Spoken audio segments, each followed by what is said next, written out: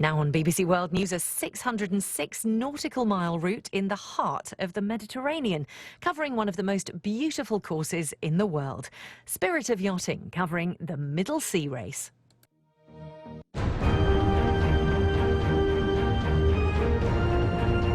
Spirit of Yachting, sponsored by Rolex.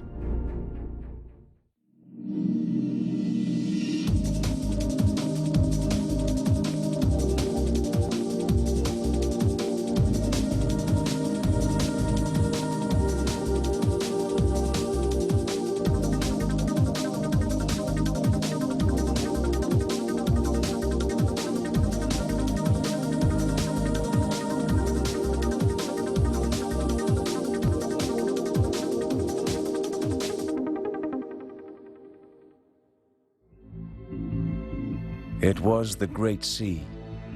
To the empires of the ancient world, it was the center of the universe.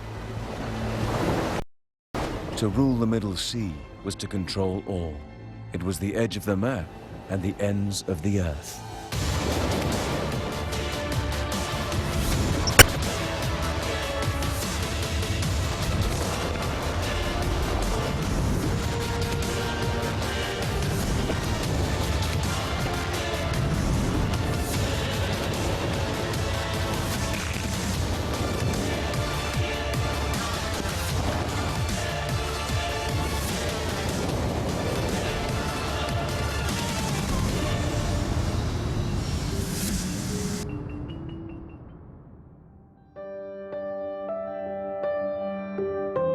For nearly 50 years, the greatest names in the world of sailing have come to Malta, with the honor of competing in one of offshore racing's most respected challenges and the Mediterranean's foremost test of crew and craft, the Rolex Middle Sea Race. From across the globe they come every year to the city of Valletta and for the unique atmosphere of Malta. The race keeps growing. This year it's grown by another 20%. We're up to around 120 already. Well, why does it keep growing? I think it's people enjoy coming here. They enjoy the whole event. From the parties to the race itself. It's a wonderful course, scenic, challenging because you go around corners and you come back here. It's nice and flat with a bit of breeze. Yes. The starting will be set up at near that flag there. And we'll have an outer distance mark out here, the pin end. And, well, that's the start line.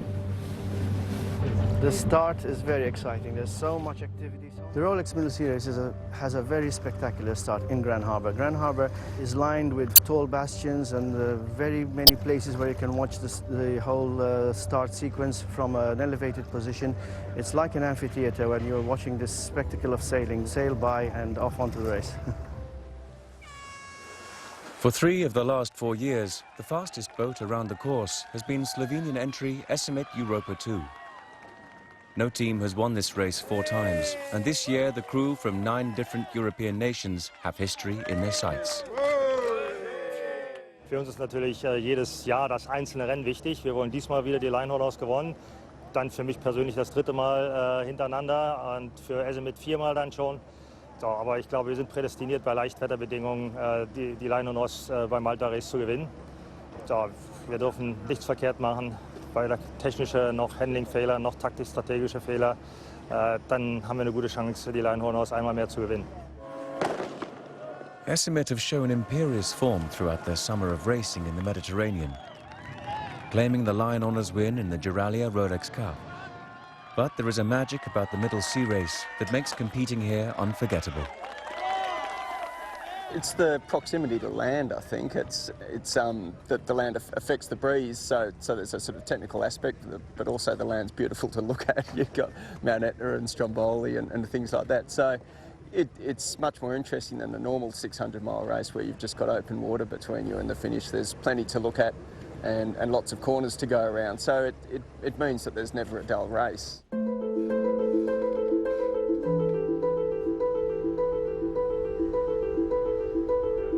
A dedication to find the flawless and a pursuit of perfection have always been part of Lee Satriano's working life.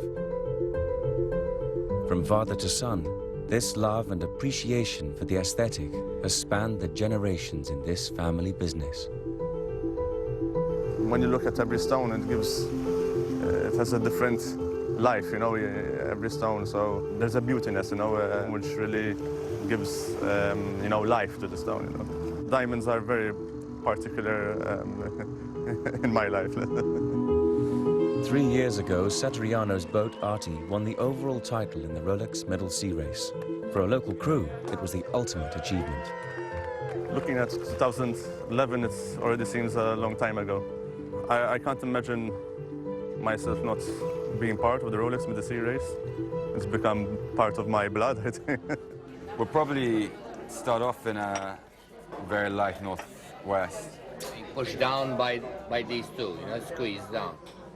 The most important is having the crew happy at every moment. I have both Christian and Sebastian Ripar who develop the crew. You say, okay, let's go offshore. Yeah. The best way to even see out between one shift and the other, you know, to get the handovers and the form of motivation and development of the crew. Northwest. That's what RT has always been about having a best crew on board, motivated, and always focusing to win the race. From the race start in Valletta, up past the coast of Sicily, around the volcanic island of Stromboli, and then back through the Egadi Islands and onto the finish in Malta. The Rolex Middle Sea Race is a 608-mile classic.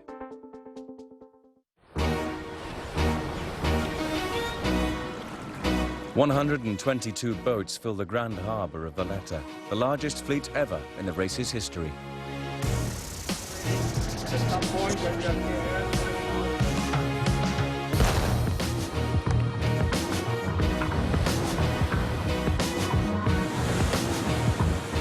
Break it out, break it out.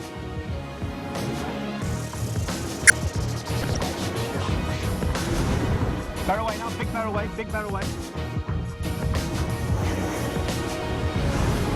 Go, go, go! Niklas Sennström's latest version of Mini Maxi Ran is competing at its first Middle Sea Race and has an early jump on favourite Estimate.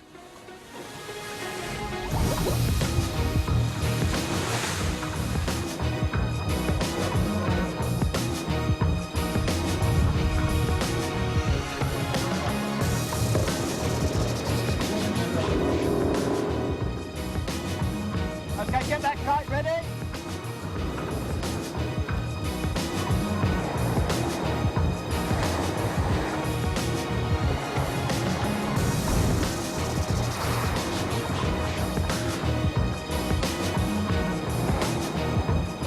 As this epic armada heads out from Valletta, entering the open waters of the Mediterranean, the chase is on to find freshening breeze as the fleet leave Malta behind, making for the Sicilian coast. Estimate quickly overhaul Ran's slender advantage with George Sakalaris' Mini Maxi Shockwave in hot pursuit. On board Estimate Europa 2. After following Ran out of the harbour, she's hit her stride, building a 6-mile advantage over the chasing fleet. In a good lead here, so our strategy worked out very well. So our navigator, Tom, Edis made a good plan, and we have a good lead now on the 2 Mini Maxis. At the start, actually, we nearly messed it up. So we're fighting too much at the pin end there with Ran, but we came quickly back, and now we are well in the race here. Some 20 miles behind Estimate in the chasing pack is the 92-foot luxury racer cruiser Bristolian. Her crew is mostly Corinthian, but she's keeping pace with some illustrious company. Yeah, we're at a very, very critical part of the race now. We've just come onto the edge of Sicily, near Syracuse. We're in a very, very light patch. We've taken the spinnaker down, and we're onto a headsail. We're amongst some very good boats, some very, very interesting sailors around us. There's a Greek yacht over here that in fact has won this race before. We're very close to them. It's a 50-footer, and there is in fact all the Ripards, what I call the Maltese Mafia, are just down here behind us, and they're very close and doing very well as well on their ratings, I suspect. And on board Arti, at the end of the first day, just a mile between them and the leading Maltese boat, Otravez. As the fleet heads towards the historic Straits of Messina between Sicily and the Italian mainland, Michele Galli's B2 has forced itself among the mini-maxis of Ran and Shockwave. But it's Estimate who welcome the dawn on the second day as leaders of the Rolex Middle Sea Race.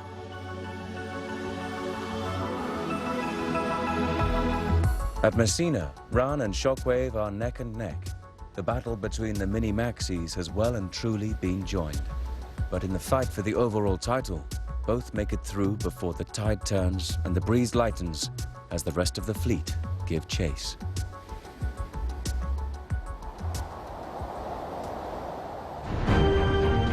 Spirit of Yachting, sponsored by Rolex. Why this watch?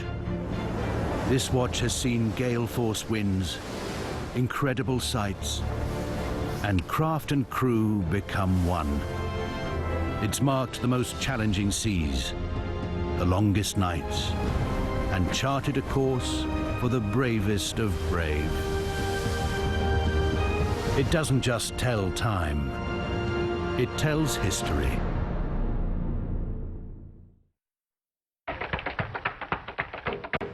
This is not a pen. It's a pair of scissors. It's also a glue stick. And whilst it's an itchy head scratcher, it's also a neat little shortcut. Because this is not a pen. This is the all-new Samsung Galaxy Note 4.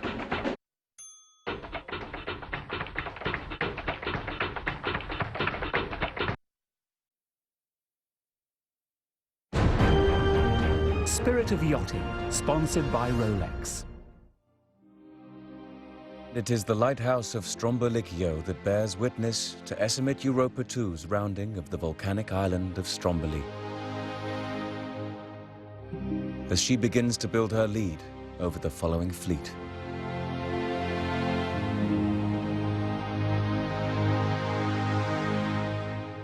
It's 4:30 Sunday afternoon, 28 hours into the race. We've got past two big hurdles, the Straits of Messina and Stromboli, the volcano, which we can see just behind us there.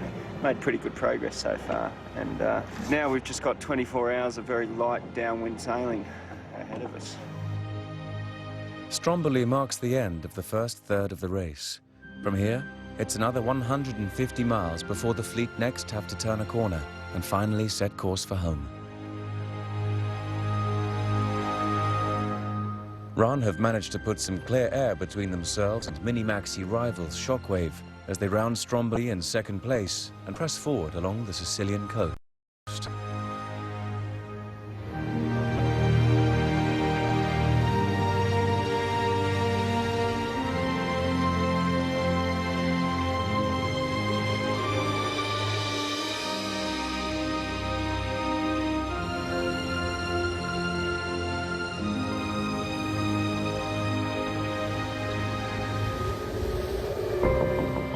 As Shockwave pass Stromboli, the breeze dies, and for boats like Arti and close behind Bristolian, it is a chance to close the gap on the race leaders as the fleet compresses.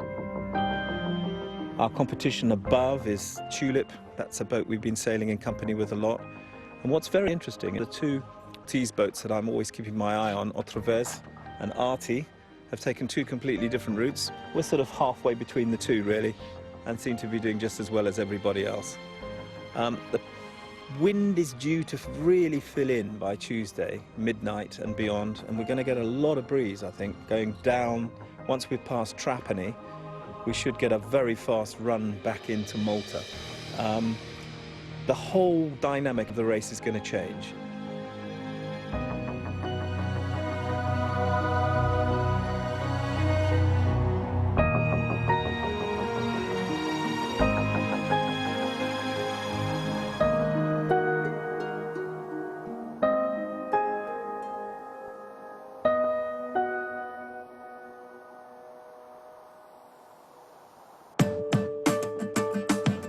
After almost 24 hours of breathless and painfully light conditions, fresh breeze gradually arrives. Race leader Estimate, which had seen its lead shrink after Stromboli, begins to accelerate heading to the symbolic turning mark of Favignana and less than half race distance to go. We're 48 hours into the race now, and we're just coming up to Trapani on the western coast of Sicily. It's a beautiful, beautiful piece of scenery. I've had a really slow night though, but now we've picked up a little sea breeze, so we're making some miles just into double digits of boat speed. So yeah, everyone's enjoying the change. Optimum 3, overall winners in 2004, are amongst a chasing pack that includes Artie, who at last are finding some speed. Spent the last 24 hours without wind at all. And this afternoon we've had a building breeze now, with flat water. And we're going to go around Capozambito shortly. As they turn left at the Sicilian coast, Esimit's lead over Ran is over 30 miles. But as darkness falls, their advantage is being eaten away hour by hour. At Pantelleria, it is down to just under 6 miles. At Lampedusa, the Slovenian yacht turns the corner to find new breeze and pulls away at last from its mini-maxi rival.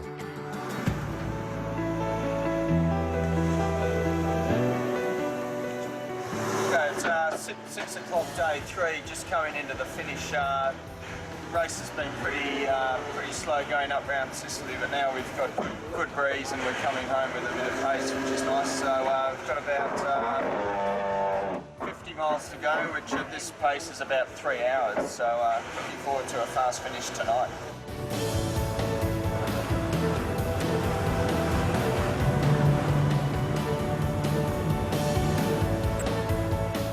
After nearly 3.5 days at sea, Esmit Europa 2 crosses the finish line just outside Valletta's Marsamxett harbour. A record 4th victory, but for the all-conquering team, their hardest fought yet. Hey, war ein langes Rennen. Wir wussten ja, dass es eine Leichtwettervorhersage ist, aber die Nächte wurden sehr lang. Also wir haben fast jede Nacht lange geparkt. Und am schlimmsten war es eigentlich hier kurz vor Lampedusa, wo wir die letzte Nacht über 20 Meilen auf Rand verloren haben. Da wurde es also auch mit den Line-Honors nochmal richtig eng. Aber zum Glück sind wir jetzt hier als Line-Honor-Sieger und war ein gutes Rennen, spannend wie immer. Und eigentlich ein schönes Rennen, aber sehr viel warten.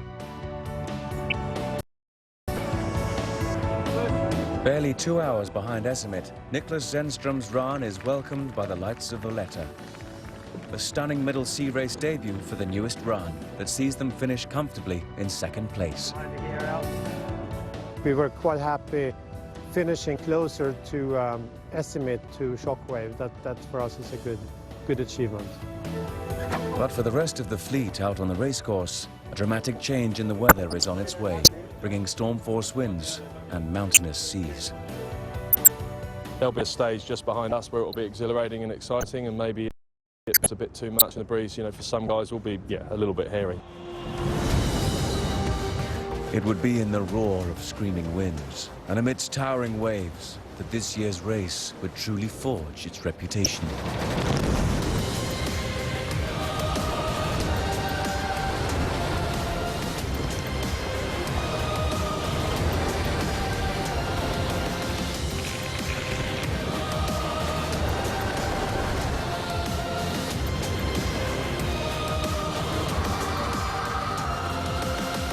The storm that has ripped through the race has left carnage in its wake, forcing over half the fleet to retire. 60-knot winds and 30-foot waves battering the boats as they fight their way back to Malta. But Brazilians survive to stay ahead of Tulip, her nearest class rival. Artie have the overall race title in sight, but between them and the finish, the toughest conditions this race has ever seen.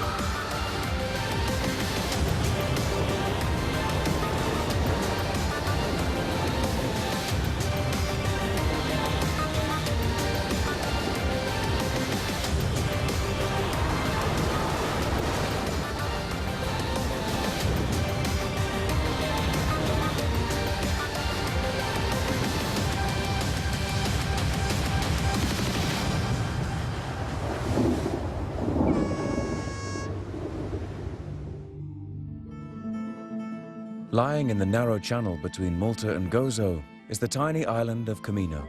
Just 10 miles from the race finish in Valletta, the fleet passed close to its shores before finally turning for home. Meta nara dawk il-jotti ġejjin u narhom ġejjin f'dak il-maltemp kollu, ngħid veru nies koraġġużi dawn in-nies għax dak li tagħmel inti tagħmel il-jieli u mal-ġurnata dejjem ġa dak il-rieħ qawwi mal-temp ngħid veru nies koraġġużi. With only 4 permanent residents on Camino, it is true isolation. Jiena ġifieri ġibuni meta twelid ġibuni hawn Kamuna.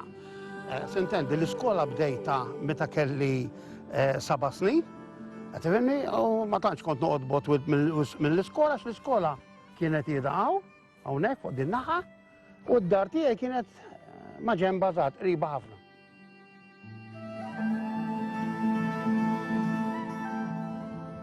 Jiena minn hawnhekk ma nixtieqx nitlaq, jiena nixtieq ngħixha u nixtieq fejn ħammut ma nafx, imma kieku nispiċċa hawnhekk ngħid aħjar spiċċajt hawn milli x'imkien ieħor.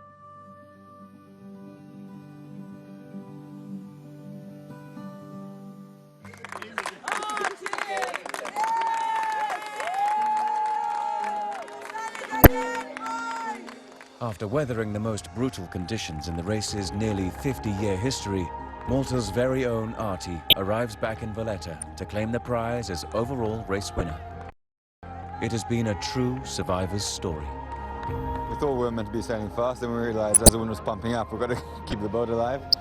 And so we did that. And then when we got into radio contact, hearing people saying boats were losing rudders and masts were coming down, we realized we were doing the right thing, and it was a big sea out there. I can't believe, that we're really on it. It's knowing, that the competition this year, how it has increased. We're coming to terms with, realizing that we've won, which is spectacular. The RLR trophy for the first yacht across the finish line and winner of the Rolex chronometer for first line honours. ASPIDA Europa 2 bring their 2014 season to a triumphant close. While there is no more popular winner than the local heroes. Artie and Lisa Toriano.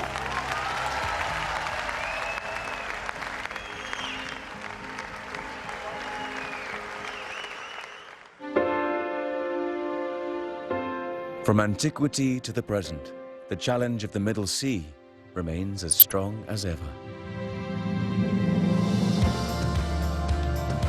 Next time on Spirit of Yachting, we head to Australia for the end-of-year offshore classic that is the Rolex Sydney Hobart Yacht Race.